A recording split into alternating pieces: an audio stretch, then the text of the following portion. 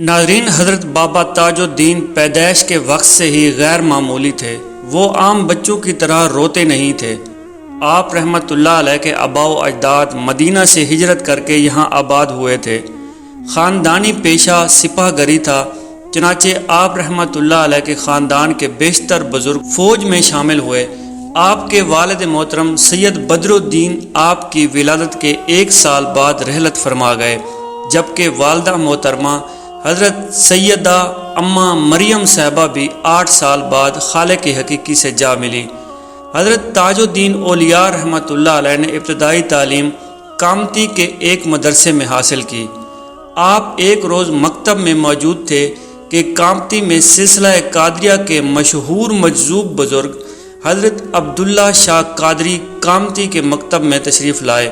بابا صاحب کی جانب اشارہ کرتے ہوئے معلم سے پوچھا کہ اس کو کیا پڑھا رہے ہو؟ یہ تو پڑھا پڑھایا آیا ہے۔ اتنا کہہ کر عبداللہ شاہ قادری رحمۃ اللہ علیہ نے اپنی جھولی سے ایک خرما نکال کر نصف خود کھایا اور بچا ہوا تاج الدین کے منہ میں رکھ دیا اور کہا کہ کم کھاؤ، کم سو، کم بولو اور قرآن مجید کی تلاوت کرو۔ کہتے ہیں کہ خرما کھانے کے بعد تاج الدین میں تبدیلی آ گئی اور ان کے اندر کی دنیا ہی بدل گئی۔ دنیاوی چیزوں میں ان کی دلچسپی بہت کم ہو گئی۔ حضرت عبداللہ شاہ قادری کا مزار کامتی اسٹیشن کے پاس موجود ہے۔ نوجوانی کے زمانے میں بابا تاج الدین حضرت عبداللہ شاہ صاحب کی خدمت میں حاضر ہوئے تھے۔ حضرت عبداللہ شاہ کے سجادہ نشین کی روایت کے مطابق حضرت عبداللہ شاہ قادری کا وصال جب قریب آیا تو تاج الدین ان کے پاس آئے۔ اس وقت شربت بنا کر شاہ صاحب کو پیش کیا۔ انہوں نے چند گھونٹ پی کر باقی تاج الدین کو بلا کر پلایا۔ روایات میں ہے کہ سید تاج الدین نے 15 سال کی عمر میں قرآن پاک پڑھ لیا تھا اور اس کے بعد دیگر تعلیم کی تحصیل کی۔ ناظرین، جب تاج الدین 18 سال کے تھے اس وقت کامتی میں بہنے والے دریا میں سیلاب آ گیا۔ سیلاب سے ان کے مکان کو کافی نقصان پہنچا۔ سن 1881 میں ان کے ماموں عبد الرحمن نے انہیں ناگپور کی اسٹریجمنٹ نمبر 13 میں بھرتی کروا دیا۔ فوج میں بھی 3 سال ملازمت کے بعد انہیں ساگر مدھیہ پردیش جانا پڑا۔ ساگر پلٹن کے خیمہ یعنی فوجی کیمپ میں پہنچنے کے بعد دوران ملازمت وہیں ایک علاقے پیلی کوٹھی میں سلسلہ چشتیہ کے بزرگ حضرت داؤد مکی رحمۃ اللہ علیہ کے مزار پر تشریف لے گئے۔ حضرت داؤد مکی رحمۃ اللہ علیہ خواجہ شمس الدین ترک پانی پتی کے خلیفہ تھے اور خواجہ شمس الدین ترک پانی پتی کو حضرت مخدوم علاؤ الدین علی احمد صابر کلیری رحمۃ اللہ علیہ سے خلافت ملی تھی۔ حضرت داؤد مکی رحمۃ اللہ علیہ اپنے مرشد کے حکم پر ساگر آئے تھے اور یہیں وصال فرمایا۔ جب تاج الدین فوجی ملازمت کے سلسلے میں ساگر آئے تو آپ نے بابا داؤد مکی کے مزار پر تقریباً 2 سال ریاضت و مراقبے میں گزارے۔ روایات کے مطابق یہیں تاج الدین کو چشتیاں نسبت اویسیہ طریقے میں منتقل ہوئے۔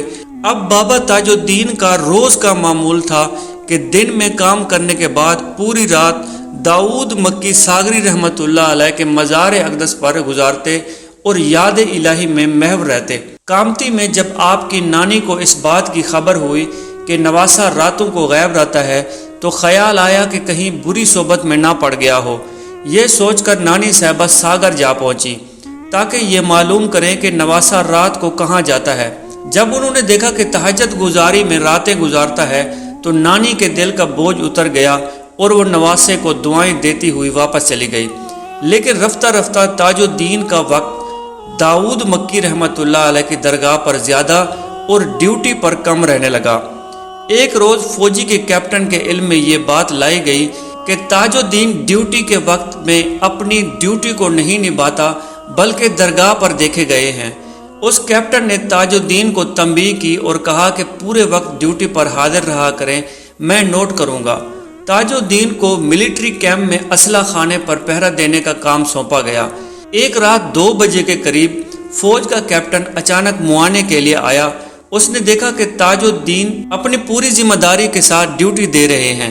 کیپٹن انہیں دیکھ کر مطمئن ہو کر روانہ ہو گیا۔ تھوڑا سا سفر کرنے کے بعد ایک چھوٹی سی مسجد اس کو نظر آئی۔ وہ کیپٹن وہاں سے گزرا۔ مسجد کے صحن میں چاندنی رات میں صاف نظر آیا ایک بندہ تہجد گزاری میں مصروف تھا۔ کیپٹن نے دیکھا کہ جس سپاہی کو پہرا دیتے ہوئے دیکھ کر آیا ہے وہی خشوع و خضوع کے ساتھ مسجد کے صحن میں نماز ادا کر رہا ہے۔ سپاہی کو اپنی ڈیوٹی سے غفلت برتتے ہوئے دیکھ کر اس کا غصہ سخت ہو گیا اور واپس اسلحہ خانے میں آیا۔ اس کے قدموں کی چاپ سن کر سپاہی پکارا۔ انگریز کیپٹن سپاہی کو اپنی جگہ دیکھ کر سخت حیران ہوا اور کچھ کہے بغیر واپس مسجد کا رخ کیا، اور وہاں جا کر جب اس نے دیکھا تو وہ حیران اور ششدر رہ گیا کہ تاج الدین رحمۃ اللہ علیہ اسی طرح محوت کے عالم میں مصروف عبادت تھے۔ وہ ایک بار پھر اسلحہ خانہ میں تصدیق کے لیے گیا اور جب وہاں پر پہنچا تو آپ وہاں پر اپنی ڈیوٹی سر انجام دے رہے تھے۔ اس نے قریب آ کر دیکھا کہ کیا یہ وہی شخص ہے یا اس کی شکل کا کوئی اور ہے۔ پھر اس نے بابا تاج الدین سے بات چیت کر کے اپنی پوری تسلی کی تو آپ رحمۃ اللہ علیہ نے فرمایا کہ ہاں میں وہی شخص ہوں جسے آپ مسجد میں دیکھ کر آ رہے ہیں۔ دوسرے دن ایک افسر کے سامنے تاج الدین کی پیشی ہوئی۔ کیپٹن نے رات کے واقعے کی چشمدید گواہی دی۔ تاج الدین رحمۃ اللہ علیہ سے پوچھا گیا کہ تم دوران ڈیوٹی عبادت کر رہے تھے یا بیک وقت ڈیوٹی بھی ادا کر رہے تھے اور عبادت بھی کر رہے تھے؟ اگر یہ بات سچ ہے تو صاف صاف بتاؤ تم ایک وقت میں دو کام کس طرح سر انجام دیتے ہو؟ کیا تم جادوگر تو نہیں؟ یہ سننا تھا کہ تاج الدین رحمۃ اللہ علیہ کو جلال آ گیا۔ انہوں نے اپنی پیٹی، بندوق، وردی سمیت تمام سرکاری سامان لا کر میز پر رکھ دیے اور کہا کہ اب ہم دو دو نوکریاں نہیں کرتے۔ جی ہاں، یہ کہہ کر تاج الدین رحمۃ اللہ علیہ فوراً ان کے کمرے سے نکل گئے۔ ناظرین گرامی، ناگپور اور جیل پور شہروں کو ملانے والی شاہراہ کام اور رام ایک دوسرے سے ہو کر گزرتی ہیں۔ یہاں سے بڑا پہاڑی سلسلہ شروع ہو جاتا ہے۔ اس کے گھنے جنگلوں میں قدم قدم پر خون خوار درندے گھومتے ہیں اور دنیا کے زہریلے ترین سانپ پائے جاتے ہیں۔ ملازمت سے سبق دوشی کے بعد تاج الدین رحمۃ اللہ علیہ نے زیادہ تر وقت یہاں ناگپور میں گزارا اور یہاں پر ریاضت کرتے رہے۔ آپ رحمۃ اللہ علیہ نے ان گھنے جنگلوں میں زیادہ تر وقت گزارا جہاں قدم قدم پر خون خوار شیر اور جنگلی جانور رہتے تھے۔ اس جنگل کے اژدہے بھی شہرت رکھتے ہیں۔ وہاں تاج الدین رحمۃ اللہ علیہ نے کئی برس تک بلا خوف و خطر ریاضت کی، اور کبھی کبھار ریاضت کے بعد آپ پہاڑ کی بلندیوں اور گھنے جنگلوں سے اتر کر بستیوں میں آ جاتے۔ جذب و کیف کا یہ عالم تھا کہ انہیں کھانے پینے، پہننے اور اوڑھنے کا احساس بھی نہ رہتا۔ ادھر تاج الدین کے استعفے کی خبر فوج کے ذریعے ان کے گھر تک بھیج دی گئی۔ نانی نے پھر ایک مرتبہ ساگر آ کر دیکھا تو تاج الدین گلی کوچوں میں خاک چھانتے ہوئے نظر آئے۔ نانی کو لگا کہ وہ پاگل ہو گئے ہیں اور وہ انہیں اپنے ساتھ کامتی کے ڈاکٹروں اور حکیموں کو دکھانے کے لیے لے گئی، لیکن کوئی بھی آپ کی حالت کو نہ سمجھ سکا۔ بابا تاج الدین رحمۃ اللہ علیہ شہر میں واپس آ کر خوش نہ تھے۔ انہیں جب بھی موقع ملتا وہ اپنے جنگل میں نکل جاتے۔ عام لوگوں نے انہیں پاگل سمجھ لیا۔ بستی کے آوارہ لڑکے انہیں چھیڑتے اور تنگ کرتے، کوئی آواز کستا اور کوئی پتھر مارتا۔ دوسری طرف بہت سے لوگ عقیدت سے ان کے ہاتھ چومتے، لیکن تاج الدین بابا رحمۃ اللہ علیہ فنا کی ان منزلوں پر تھے جہاں پتھروں کی مار اور پھولوں کی بارش میں کوئی فرق محسوس نہیں ہوتا۔ بستی میں آپ کا دل نہیں لگتا تھا تو آپ جنگلات میں نکل جاتے اور کبھی کبھار واپس کامتی میں پہنچ جاتے۔ کچھ عرصے بعد آپ کی کرامت کا چرچا ہوا تو لوگ دور دور سے آپ کے پاس اپنے درد دل لے کر آنے لگے۔ بابا صاحب کی دعاؤں سے لوگوں کے کام ہونے لگے تو اب سائلین اور عقیدت مندوں کا ہجوم رہنے لگا۔ ایسے میں کچھ لوگوں نے ناجائز فائدہ اٹھانے کی سوچی تو بابا صاحب نے اعلان کر دیا کہ اب ہم پاگل جھونپڑی میں جائیں گے۔ حالات کچھ ایسے بنے کہ 26 اگست 1892 کو کامتی کی کنٹونمنٹ اور ضلع مجسٹریٹ نے انہیں پاگل خانے میں بھیج دیا۔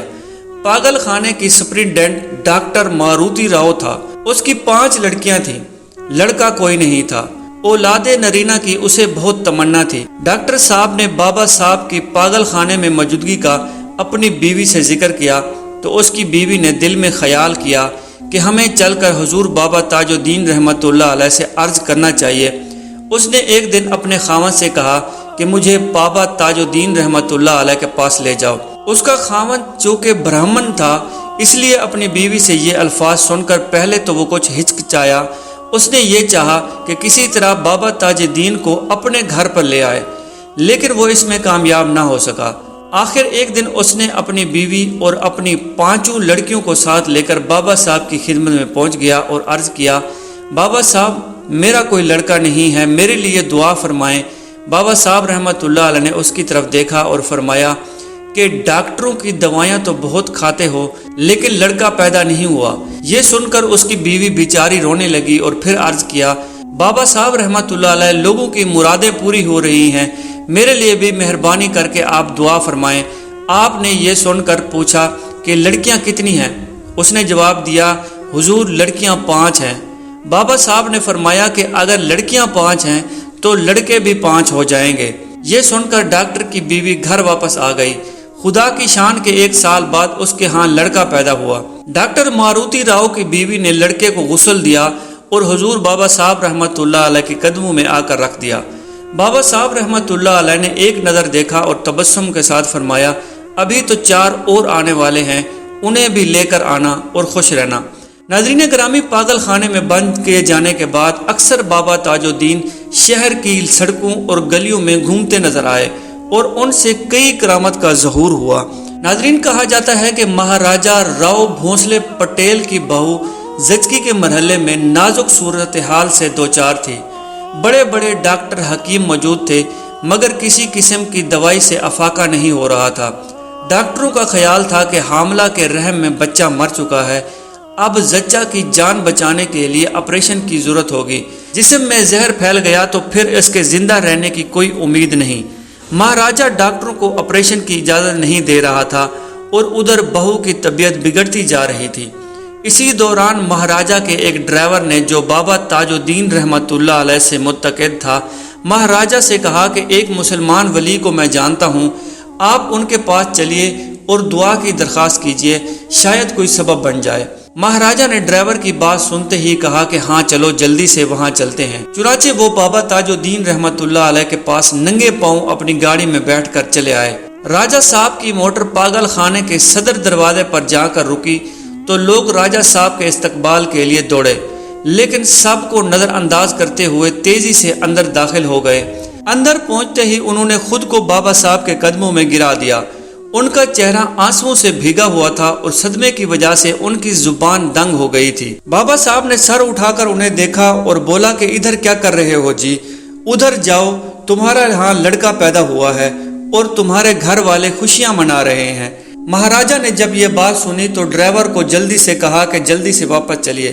مہاراجہ جب محل میں پہنچا تو خادموں نے دروازے پر ہی مہاراجہ کو مبارکباد دی اور خوشخبری سنائی کہ آپ کی بہو کو بیٹا پیدا ہوا ہے اور زچہ اور بچہ دونوں خیریت سے ہیں۔ مہاراجہ کا ارتقاد بابا صاحب پر اس قدر پختہ اور کامل ہو گیا اور اسی وقت چیف کمشنر ناگپور کو نقد زر ضمانت جمع کرائی اور بابا صاحب رحمۃ اللہ علیہ سے عرض کی کہ آپ میرے ساتھ میرے محل میں چلیں۔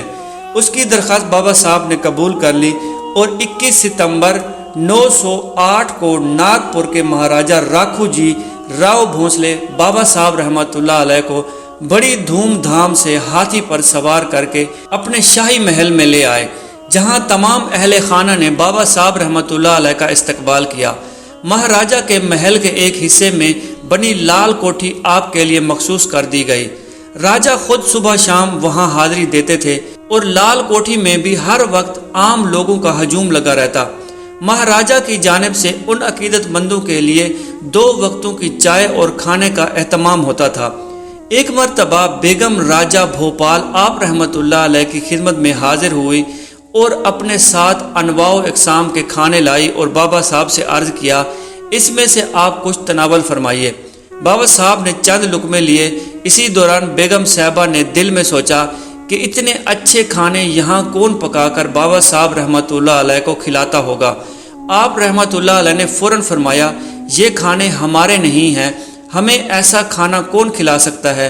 اور یہ کہہ کر زمین سے پتھر اٹھا کر ویسے ہی کھانے لگے جیسے کھانا تناول فرما رہے تھے۔